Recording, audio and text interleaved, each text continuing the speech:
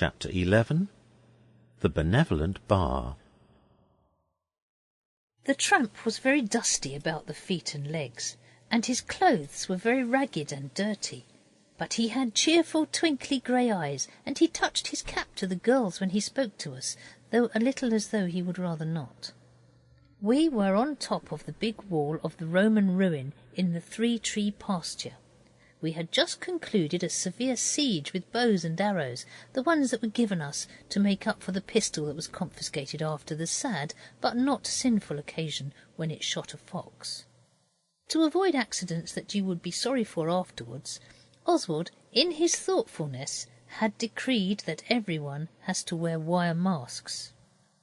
Luckily, there were plenty of these, because a man who lived in the moat house once went to Rome, where they throw hundreds and thousands at each other in play and call it a comfit battle, or battaglia di confetti.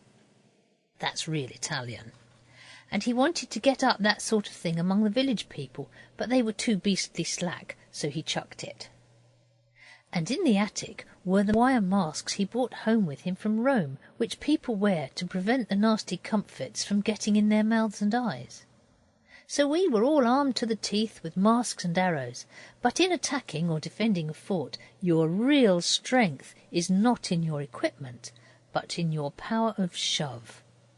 Oswald, Alice, Noel and Denny defended the fort. We were much the strongest side, but that was not how Dicky and Oswald picked up. The others got in, it is true, but that was only because an arrow hit Dicky on the nose. It bled quarts as usual, though hit only through the wire mask. Then he put into dock for repairs, and while the defending party weren't looking, he sneaked up the wall at the back and shoved Oswald off and fell on top of him, so that the fort, now that it had lost its gallant young leader, the life and soul of the besieged party, was of course soon overpowered and had to surrender. Then we sat on the top and ate some peppermints Albert's uncle brought us in a bag of from Maidstone when he went to fetch away the Roman pottery we tried to sell the antiquities with. The battle was over, and peace raged among us as we sat in the sun on the big wall and looked at the fields, all blue and swimming in the heat. We saw the tramp coming through the beet field. He made a dusty blot on the fair scene. When he saw us, he came close to the wall and touched his cap, as I have said, and remarked, "Excuse me interrupting of your sports, young gentlemen and ladies, but if you could so far oblige as to tell a labouring man the way to the nearest pub, it's a dry day and no error."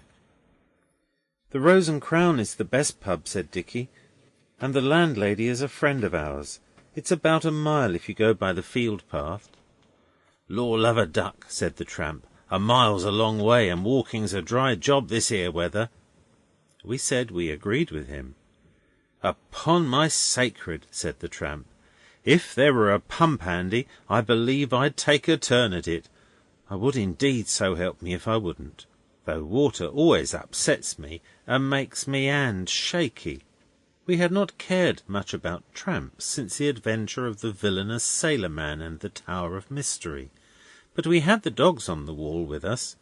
Lady was awfully difficult to get up on account of her long deerhound legs, and the position was a strong one and easy to defend.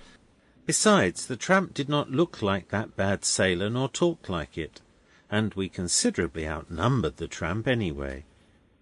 Alice nudged Oswald and said something about Sir Philip Sidney, and the tramp's need being greater than his, so Oswald was obliged to go to the hole in the top of the wall where we store provisions during sieges, and get out the bottle of ginger beer, which he had gone without when the others had theirs, so as to drink it when he got really thirsty. Meanwhile Alice said, "We've got some ginger beer. My brother's getting it. I hope you won't mind drinking out of our glass. We can't wash it, you know, unless we rinse it out with a little ginger beer." "Don't ye do it, miss," he said eagerly. "Never waste good liquor on washing." The glass was beside us on the wall. Oswald filled it with ginger beer and handed down the foaming tankard to the tramp. He had to lie on his young stomach to do this. The tramp was really quite polite, one of nature's gentlemen, and a man as well, we found out afterwards. He said, "Here's to you," before he drank. Then he drained the glass until the rim rested on his nose. "Swelp me, but I was dry," he said. "Don't seem to matter much what it is this weather, do it, so long as it's something wet. Well, here's thanking you." "You're very welcome," said Dora. "I'm glad you liked it." "Like it?" said he. "I don't suppose you know what it's like to have a thirst on you. Talk of free schools and free libraries and free baths and wash-houses and such. Why don't someone start free drinks? He'd be an hero, he would. I'd vote for him any day of the week and one over. If you don't object, I'll set down a bit and put on a pipe." He sat down on the grass and began to smoke. We asked him questions about himself, and he told us many of his secret sorrows, especially about there being no work nowadays for an honest man. And at last he dropped asleep in the middle of a story about a vestry he worked for that hadn't acted fair and square by him like he had by them, or it. I don't know if vestry is singular or plural, and we went home. But before we went, we held a hurried council, and collected what money we could from the little we had with us. It was 9pence halfpenny, and wrapped it in an old envelope Dicky had in his pocket, and put it gently on the billowing middle of the poor tramp's sleeping waistcoat, so that he would find it when he woke. None of the dogs said a single syllable whilst we were doing this, so we knew they believed him to be poor but honest, and we always find it safe to take their word for things like that. As we went home, a brooding silence fell upon us. We found out afterwards that those words of the poor tramp's about free drinks had sunk deep in all our hearts and rankled there. After dinner we went out and sat with our feet in the stream. People tell you it makes your grub disagree with you to do this just after meals, but it never hurts us. There is a fallen willow across the stream that just seats the 8 of us, only the ones at the end can't get their feet in the water properly because of the bushes, so we kept changing places. We had got some licorice root to chew. This helps thought. Dora broke a peaceful silence with this speech. "Free drinks." The words awoke a response in every breast. "I wonder someone doesn't," H.O. said, leaning back until he nearly toppled in, and was only saved by Oswald and Alice at their own deadly peril. "Do for goodness sake sit still, H.O., observed Alice. "It would be a glorious act. I wish we could." "What, sit still?" asked H.O. "No, my child," replied Oswald. "Most of us can do that when we try. Your angel sister is only wishing to set up free drinks for the poor and thirsty." "Not for all of them," Alice said, "just a few. Change places now, Dicky. My feet aren't properly wet at all." It is very difficult to change places safely on the willow. The changers have to crawl over the laps of the others, while the rest sit tight and hold on for all they're worth. But the hard task was accomplished, and then Alice went on. "And we couldn't do it for always, only a day or two, just while our money held out. Eiffel Tower lemonade's the best, and you get a jolly lot of it for your money too. There must be a great many sincerely thirsty persons go along the Dover Road every day." "It wouldn't be bad. We've got a little chink between us," said Oswald. "And then think how the poor grateful creatures would linger and tell us about their inmost sorrows. It would be most frightfully interesting. We could write all their agonied life histories down afterwards, like all the year-round Christmas numbers. Oh, do let's." Alice was wriggling so with earnestness that Dicky thumped her to make her calm. "We might do it just for one day," Oswald said, "but it wouldn't be much. Only a drop in the ocean compared with the enormous dryness of all the people in the whole world. Still, every little helps, as the mermaid said when she cried into the sea. "I know a piece of poetry about that," Denny said. Small things are best. Care and unrest to wealth and rank are given. But little things on little wings do something or other, I forget what, but it means the same as Oswald was saying about the mermaid. "What are you going to call it?" asked Noel, coming out of a dream. "Call what?" "The free drinks game." "It's a horrid shame if the free drinks game doesn't have a name. You would be to blame if anyone came and—" "Oh, shut up," remarked Dicky. "You've been making that rot up all the time we've been talking instead of listening properly." Dicky hates poetry. I don't mind it so very much myself, especially Macaulay's and Kipling's and Noel's. There was a lot more lame and dame and name and game and things, and now I've forgotten it, Noel said in a gloom. "Never mind," Alice answered. "It'll come back to you in the silent watches of the night. You see if it doesn't. But really, Noel's right. It ought to have a name. Free Drinks Company, Thirsty Travellers' Rest, The Travellers' Joy."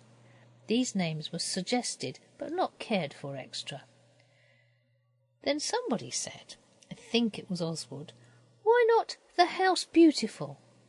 "It can't be a house. It must be in the road. It'll only be a stall." "The Stall Beautiful is simply silly," Oswald said. "The Bar Beautiful, then," said Dicky, who knows what the Rose and Crown Bar is like inside, which, of course, is hidden from girls. "Oh, wait a minute," cried the dentist, snapping his fingers like he always does when he's trying to remember things. "I thought of something, only Daisy tickled me and it's gone. I know, let's call it the Benevolent Bar." It was exactly right, and told the whole truth in 2 words. Benevolent showed it was free, and bar showed what was free, e.g. things to drink. The Benevolent Bar it was. We went home to prepare for the morrow, for of course we meant to do it the very next day. Procrastination is you know what, and delays are dangerous. If we had waited long we might have happened to spend our money on something else. The utmost secrecy had to be observed, because Mrs. Pettigrew hates tramps. Most people do who keep fowls. Albert's uncle was in London till the next evening, so we could not consult him, but we know he is always chock full of intelligent sympathy with the poor and needy. Acting with the deepest disguise, we made an awning to cover the Benevolent Bar keepers from the searching eyes of the monarch of the skies. We found some old striped sunblinds in the attic, and the girls sewed them together. They were not very big when they'd done this, so we added the girls' striped petticoats. I am sorry their petticoats turn up constantly in my narrative, but they really are very useful, especially when the band is cut off. The girls borrowed Mrs. Pettigrew's sewing machine. They could not ask her leave without explanations, which we did not wish to give just then, and she had lent it to them before. They took it into the cellar to work it, so that she should not hear the noise and ask bothering questions. They had to balance it on one end of the beer stand. It was not easy. While they were doing the sewing, we boys went out and got willow poles and chopped the twigs off, and got ready as well as we could to put up the awning. When we returned, a detachment of us went down to the shop in the village for Eiffel Tower lemonade. We bought 7 and 6pence worth. Then we made a great label to say what the bar was for. There was nothing else to do except make rosettes out of a blue sash of daisies to show we belonged to the Benevolent Bar. The next day was as hot as ever. We rose early from our innocent slumbers and went out to the Dover Road, to the spot we had marked down the day before. It was at a crossroads, so as to be able to give drinks to as many people as possible. We hid the awning and poles behind the hedge and went home to Brecker. After break we got the big zinc bath they wash clothes in, and after filling it with clean water we just had to empty it again because it was too heavy to lift. So we carried it vacant to the trysting spot and left H.O. and Noel to guard it while we went and fetched separate pails of water. Very heavy work, and no one who wasn't really benevolent would have bothered about it for an instant. Oswald alone carried 3 pails, so did Dicky and the dentist. Then we rolled down some empty barrels and stood up 3 of them by the roadside and put planks on them. This made a very first-class table, and we covered it with the best tablecloth we could find in the linen cupboard. We brought out several glasses and some teacups, not the best ones. Oswald was firm about that. And the kettle and spirit lamp and the teapot, in case any weary tramp woman fancied a cup of tea instead of Eiffel Tower. H.O. and Noel had to go down to the shop for tea. They need not have grumbled. They had not carried any of the water. And their having to go the second time was only because we forgot to tell them to get some real lemons to put on the bar to show what the drink would be like when you get it. The man at the shop kindly gave us tick for the lemons, and we cashed up most of our next week's pocket money.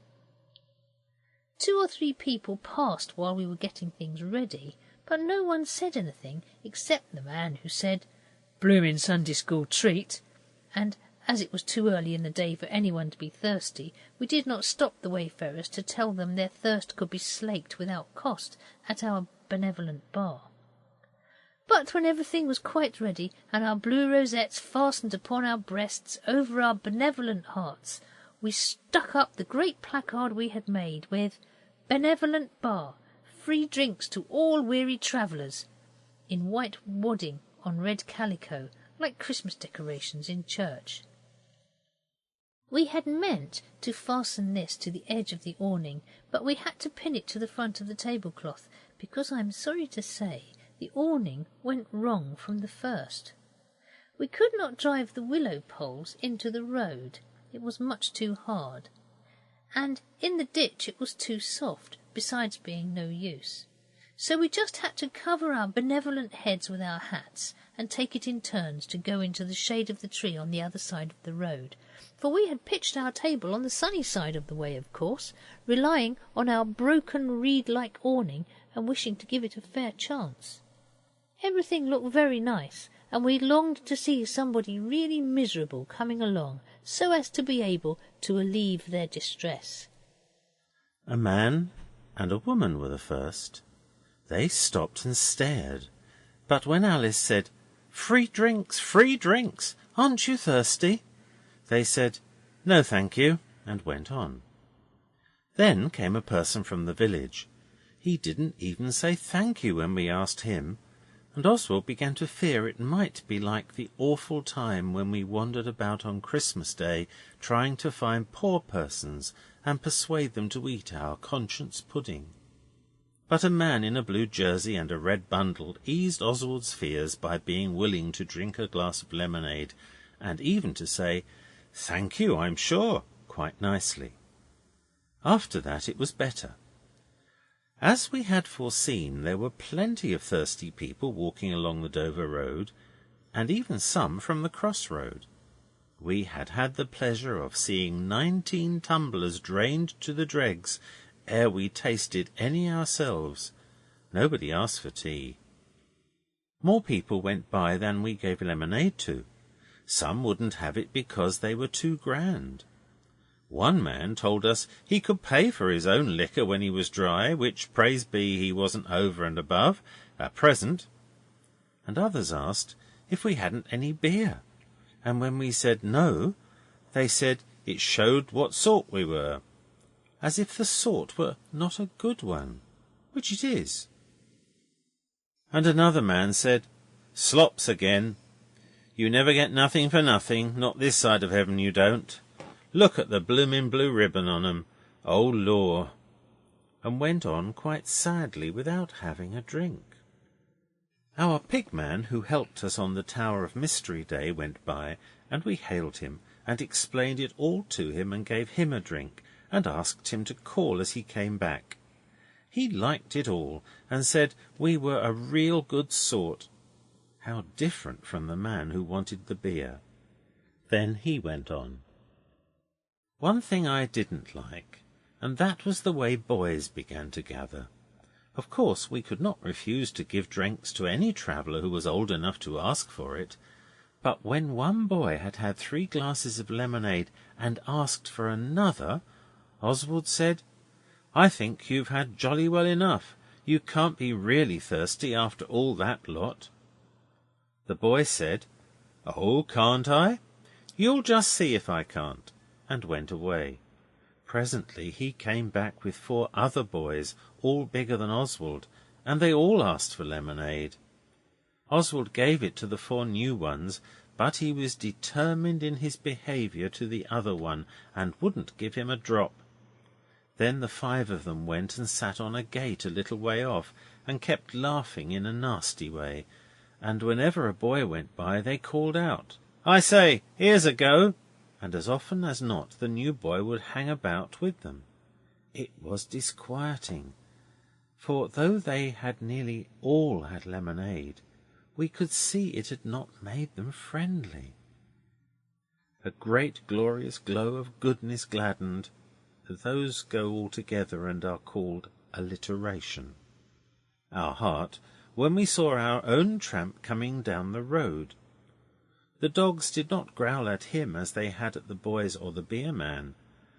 I did not say before that we had the dogs with us, but of course we had, because we had promised never to go out without them. Oswald said, "Hello," and the tramp said, "Hello." Then Alice said, "You see, we've taken your advice. We're giving free drinks. Doesn't it all look nice?" "It does that," said the tramp. "I don't mind if I do." So we gave him 2 glasses of lemonade succeedingly, and thanked him for giving us the idea. He said we were very welcome, and if we'd no objection he'd sit down a bit and put on a pipe. He did, and after talking a little more he fell asleep. Drinking anything seemed to end in sleep with him. I always thought it was only beer and things made people sleepy, but he was not so. When he was asleep he rolled into the ditch, but it did not wake him up. The boys were getting very noisy, and they began to shout things and to make silly noises with their mouths. And when Oswald and Dicky went over to them and told them just to chuck it, they were worse than ever. I think perhaps Oswald and Dicky might have fought and settled them, though there were 11, yet back to back you can always do it against overwhelming numbers in a book. Only Alice called out, "Oswald, here's some more, come back." We went.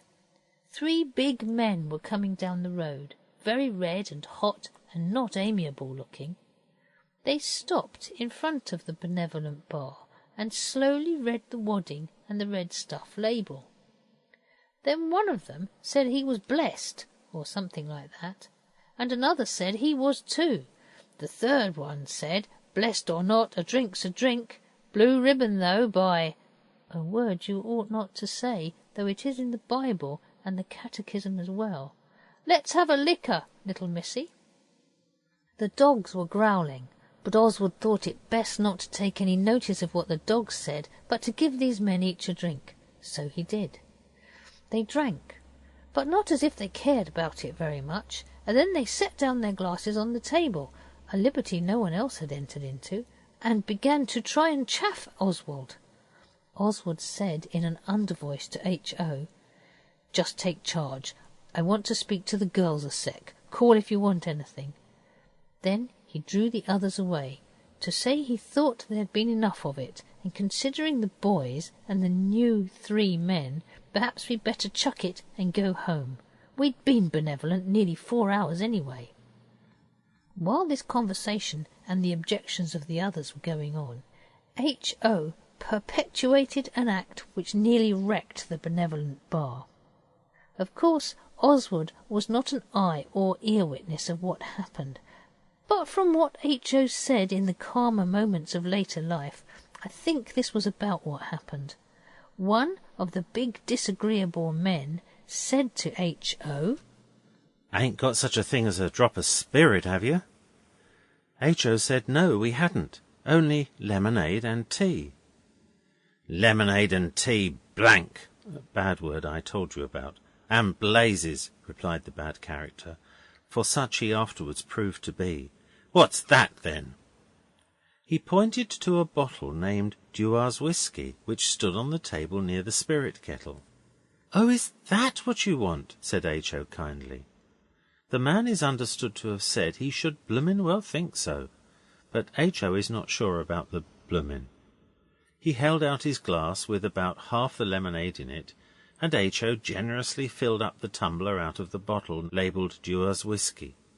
The man took a great drink, and then suddenly he spat out what happened to be left in his mouth just then, and began to swear.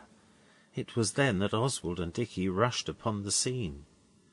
The man was shaking his fist in H.O.'s face, and H.O. was still holding on to the bottle we had brought out the methylated spirit in for the lamp in case of anyone wanting tea, which they hadn't. If I was Jim, said the second ruffian, for such indeed they were, when he had snatched the bottle from H.O. and smelt it, I'd chuck the whole show over the hedge, so I would, and you young gutter snipes after it, so I wouldn't. Oswald saw in a moment that in point of strength, if not numbers, he and his party were outmatched, and the unfriendly boys were drawing gladly near. It is no shame to signal for help when in distress. The best ships do it every day. Oswald shouted, "Help! Help!" Before the words were out of his brave yet trembling lips, our own tramp leapt like an antelope from the ditch and said, "Now then, what's up?" The biggest of the three men immediately knocked him down. He lay still. The biggest then said, "Come on, any more of you, come on." Oswald was so enraged at this cowardly attack that he actually hit out at the big man, and he really got one in just above the belt. Then he shut his eyes because he felt that now all was indeed up. There was a shout and a scuffle, and Oswald opened his eyes in astonishment at finding himself still whole and unimpaired. Our own tramp had artfully simulated insensibleness to get the men off their guard, and then had suddenly got his arms round a leg each of two of the men, and pulled them to the ground, helped by Dicky, who saw his game and rushed in at the same time, exactly like Oswald would have done if he had not had his eyes shut, ready to meet his doom. The unpleasant boys shouted, and the third man tried to help his unrespectable friends, now on their backs, involved in a desperate struggle with our own tramp, who was on top of them, accompanied by Dicky. It all happened in a minute, and it was all mixed up. The dogs were growling and barking. Martha had one of the men by the trouser leg, and Pincher had another. The girls were screaming like mad, and the strange boys shouted and laughed, little beasts. And then, suddenly, our pig man came round the corner, and two friends of his with him. He had gone and fetched them to take care of us if anything unpleasant occurred. It was very thoughtful and just like him. "Fetch the police!" cried the pig man in noble tones. And H.O. started running to do it, but the scoundrels struggled from under Dicky and our tramp, shook off the dogs and some bits of trouser, and fled heavily down the road. Our pig man said, "Get along home," to the disagreeable boys, and shooed them as if they were hens, and they went. H.O. ran back when they began to go up the road, and there we were, all standing breathless in tears on the scene of the late desperate engagement. Oswald gives you his word of honour that his and Dicky's tears were tears of pure rage. There are such things as tears of pure rage. Anyone who knows will tell you so. We picked up our own tramp and bathed the lump on his forehead with lemonade. The water in the zinc bath had been upset in the struggle.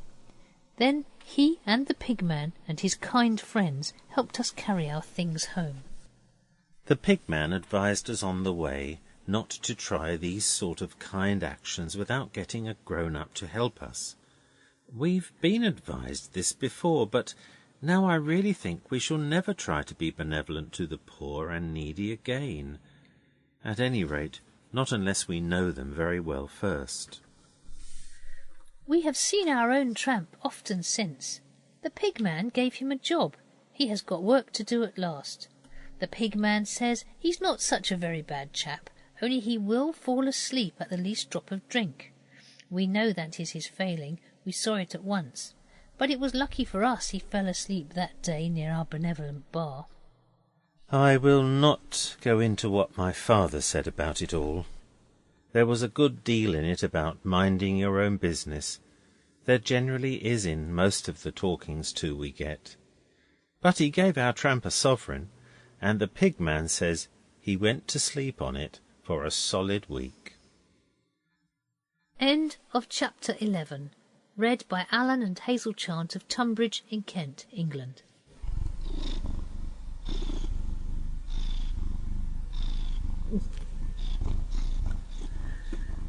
With sound effects by Smudge, who tried to assist in the reading.